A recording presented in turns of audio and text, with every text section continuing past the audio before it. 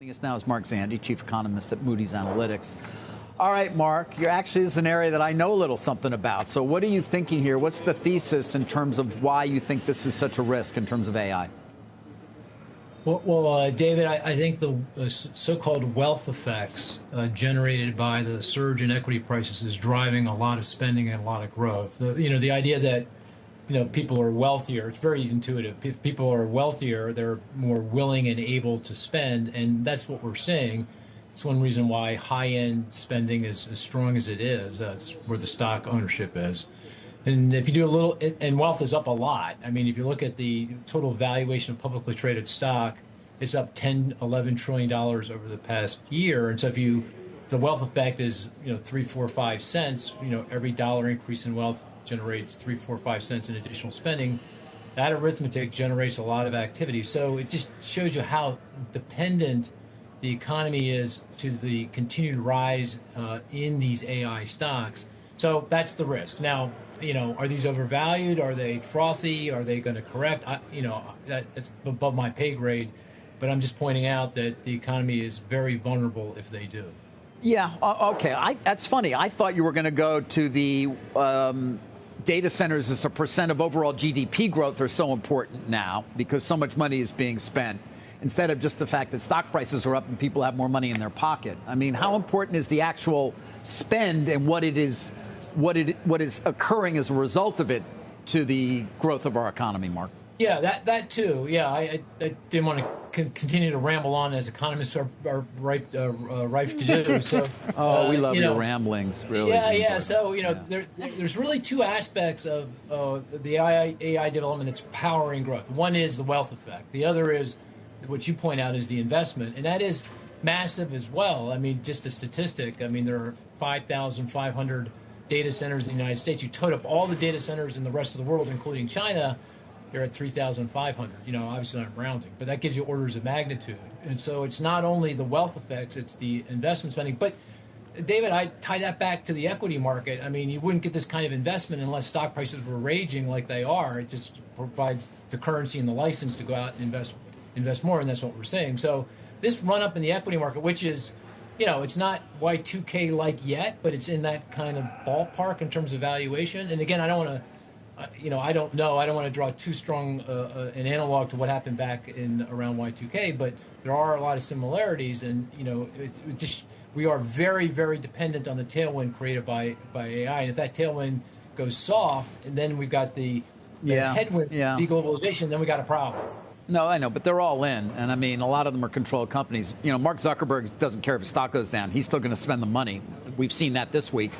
And they're all talking about being capacity constrained, Mark. So any concerns there, though you may have them, coming out of earnings season have been perhaps assuaged a bit by all the commentary from these enormous companies, by the way, the biggest companies we have. We're not talking about fly-by-night outfits that were doing refrigeration and decided to move into the internet a la 1996. Yeah, but the investment's going beyond these big companies now, too, right? I mean, you've got a lot of other companies that are forming, that are IPOing, that are still privately held. A lot of investments coming from those companies, and they are dependent on their stock price and that currency and their valuations. And so if the public equity markets start marking down the value of these companies, it's going to make it a lot more difficult for those privately held companies and companies that want to go public to do what they need to do to drive growth. And so, yeah, it's still very... You're right. It's not the same thing as Y2K, but it's in the same ballpark. It has the same kind of feel to it. But again, I mean, I don't want to send off too many alarm bells. I think the most likely scenarios we navigate through, but I just think the risk here decidedly to the downside. Well, what's interesting, Mark, is that the companies are spending money, but they're keeping headcount flat, or in some cases laying off. Meta just laid off 600. And I do wonder, I think we're looking at the most announced layoffs, even though we're not done for the year, for a full year since 2020. Yeah, Carl, that's something that gives me a lot of angst. It's clear that the job market is flat on its back, right? You can argue we have a jobs recession already. If we're creating any jobs, we're not creating very many of them. And that's even before AI really kicks into gear and causes job loss. And that feels like it's just starting to happen to some degree. And I wouldn't be nearly as worried about it if we were creating 100,000 jobs a month or 125,000 jobs a month, but we're not. And so if you start losing jobs because of AI and we start getting negative numbers, that's another reason to be nervous about what's going on here. That, that it all feels really good when you look at these stock prices, but there's a lot underneath it that makes me just very anxious. A lot of people think we're not creating as many jobs because the supply has shrunk because of immigration and that there aren't as many people out in the labor force. And also, we're seeing, Mark, GDP now, the Atlanta Fed, I know it's imperfect because we don't have all the data, but it's tracking 3.9% growth in the fourth quarter. There are other inputs here beyond AI. Exports are actually growing again. We're seeing investment in structures. A lot of people think as a result of the tax reform. I mean, there are other ways the economy is working. All good points. So on the supply side of the labor market, absolutely. That goes to the highly restrictive immigration policy. Maybe break even monthly job growth. That rate of job growth consistent with stable unemployment is 50, 75K. But Sarah, we're not creating any jobs, and that's even before revision. If we get with the revisions, it's unlikely we're losing jobs, and that's before AI, kicks into any significant degree. So, I'm not sure I take much solace in the fact that the supply side of the labor market is as weak as it is. And GDP, Atlanta GDP now, that, obviously that depends on data. We have no data.